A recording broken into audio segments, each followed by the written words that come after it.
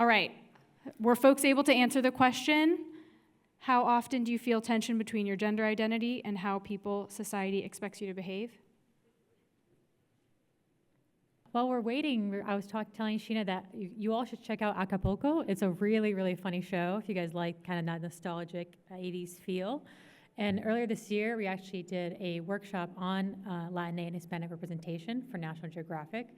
And we cited a McKinsey study that found that when there is Latino talent off screen versus no Latino talent off screen, the topics switch. So when there is Latino talent involved in the creation, family is number one, and crime is like the very, very bottom of the list of topics. But when there is no Latinos involved in the creating of the film, crime is number one, and family is the lowest one.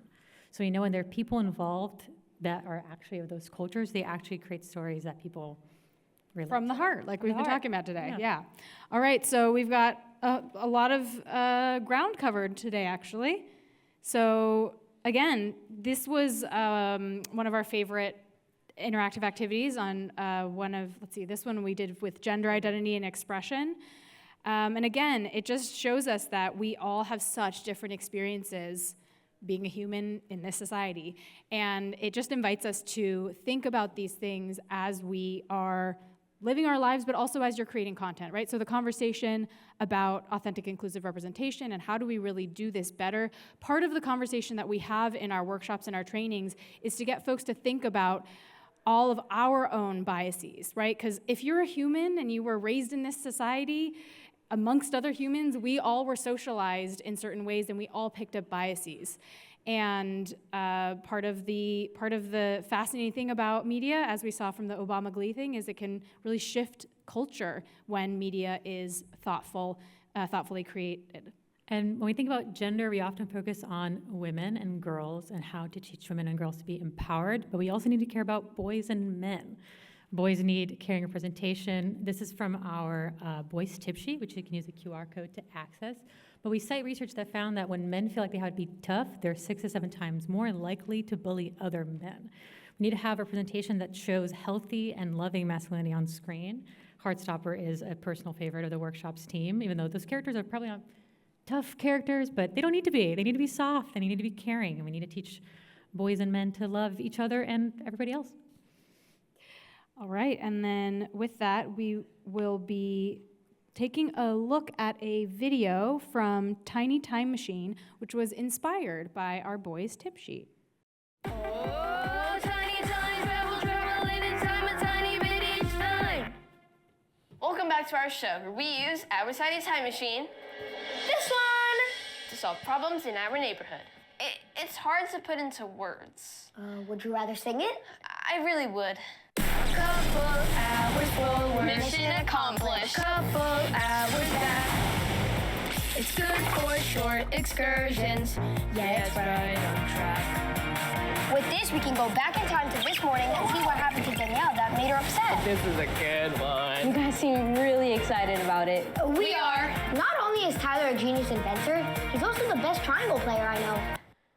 Focus, Tyler, focus. Hooray! Hooray! I feel so powerful. Wait, dude, you have time travel. Yeah, it's pretty cool. Oh, hi. Good morning. Does the president know? No, but my mom loves it. That's probably enough. Ready, Tony? Ready, Tyler? Tiny time travel! We didn't fly a rocket to the farthest stars, but we went far enough. We didn't hit the ball 1,000 yards, but we went far enough. Just one small step for understanding, but that's some minor stuff. So we made it, now here we are. We went far enough.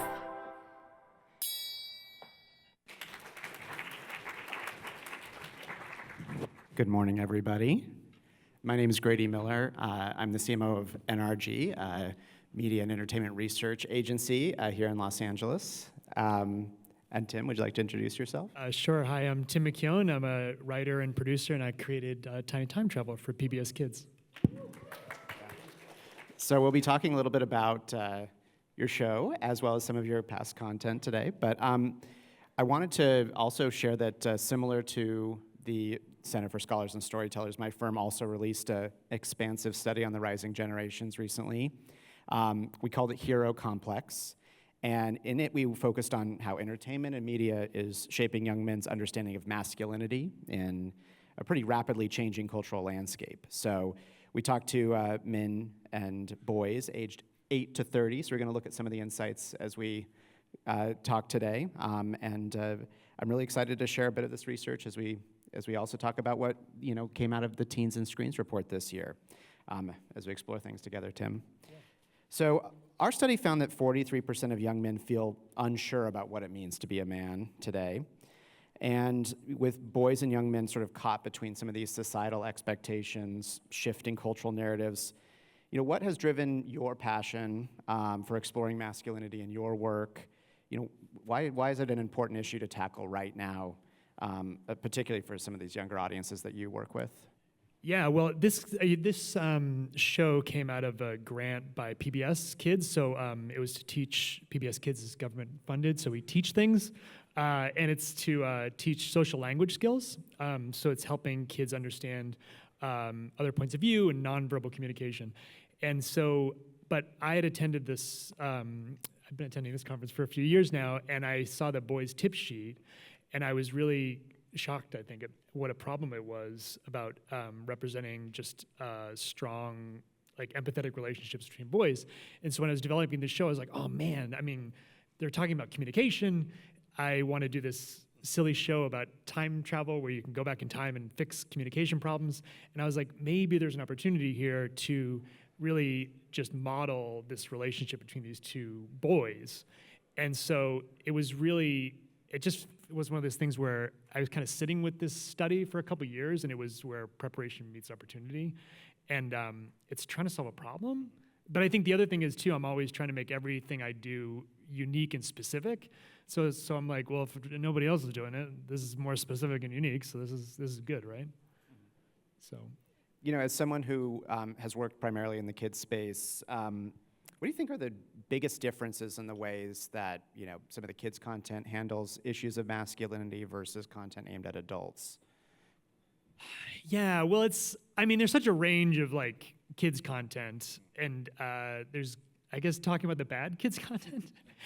It's stereotypes, right? I mean, I think the same stereotypes I saw growing up is still like the bullies and the nerds and stuff like that. So, I mean, I think I looked at everything as like, okay, don't do that, right? And I think it's okay to start with stereotypes and then problem solve from there. So, like in this show, so the conceit is it's a time machine. So one of the kids invents a time machine.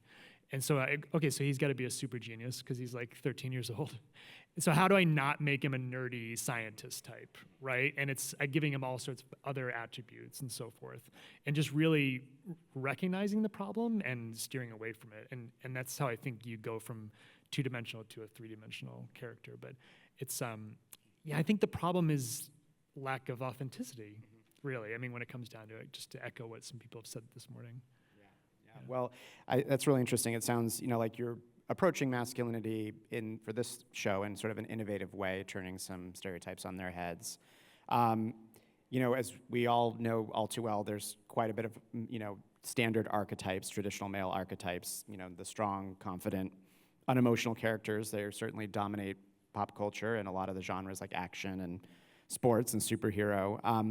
And the Teens and Screens report revealed that nearly 2/3 of adolescents want to see more platonic relationships instead of romanticized or hyper-masculine portrayals.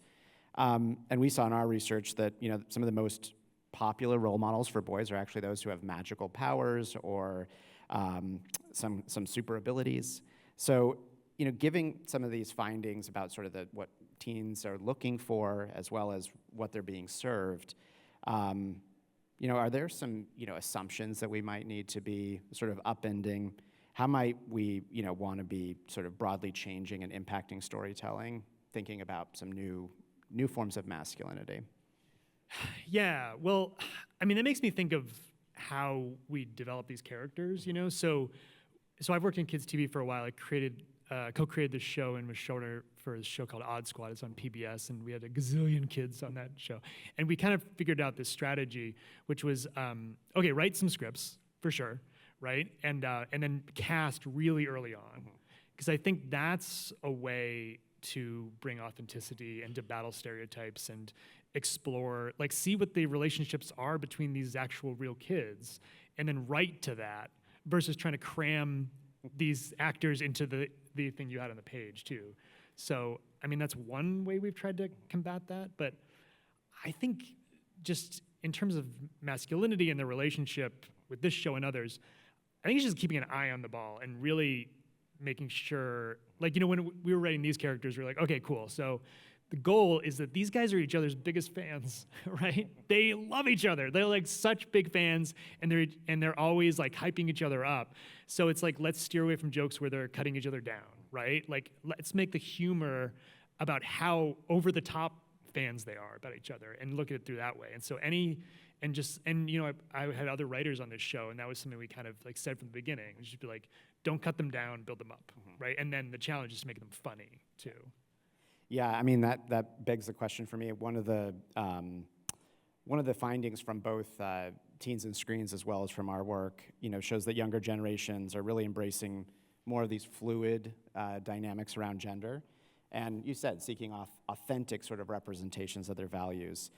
And where they're getting a lot of that authentic representation right now is on TikTok and YouTube, certainly playing a key role in shaping their views. So given the format as well of your show, you know, what might social media be giving boys and teens that maybe they're not getting from Hollywood, traditional Hollywood?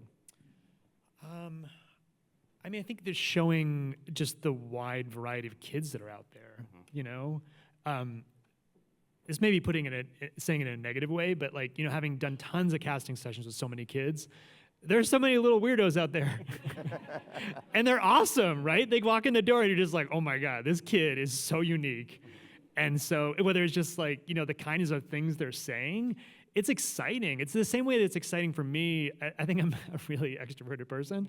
I get really excited meeting people and finding out geeking out about what things they're into, and this, it's just like, you dig deep, and everyone is interesting in their own specific way. So it's like, I feel like the opportunity with social media is you don't have these gatekeepers, and you just can show just volume, right? Like your people or people completely opposite you are out there.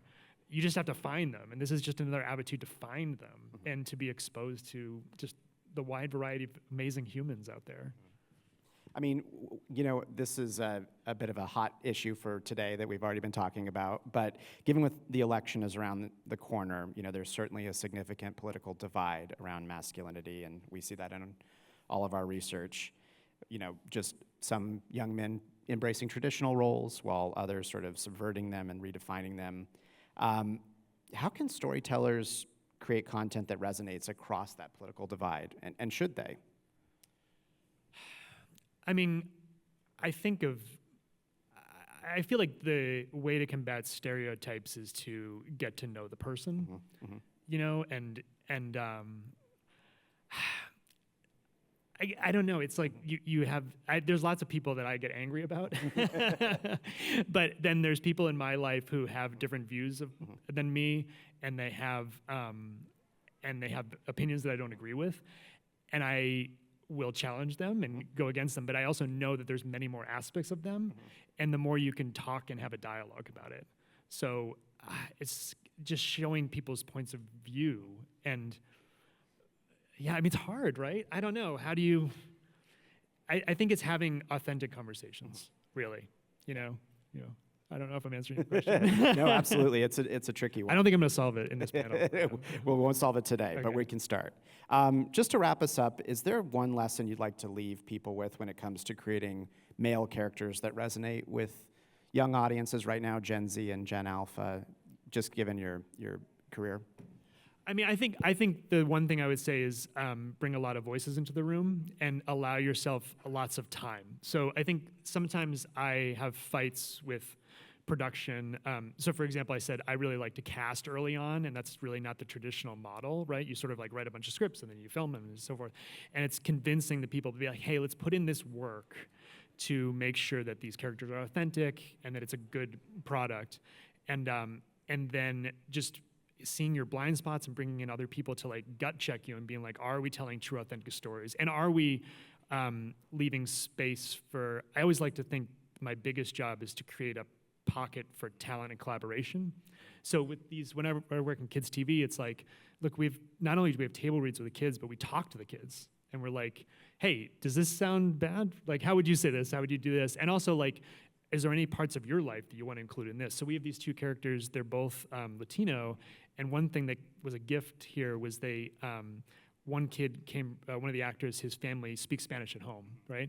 And one of the other families, they don't speak Spanish at home. And so we were able to show that on screen, which was not in the script at all, right? But it's just a specificity, and the kid actors were super excited to show that lived experience between the two of them. Yeah, and also just seeing them interact with each other in the table reads and also outside the table reads and just in conversations, you're just like, that's the dynamic that I want to get between these two kids in the scripts, you know, and making them part of the process, it also just creates a better product and a more joyful product, you know. That makes a lot of sense. Well, this has been great, a quick little spark talk with Tim. Thanks so much for joining us, everyone. Feel free to catch us if you want to learn more. Thank you so much. Yeah, thanks, Tim.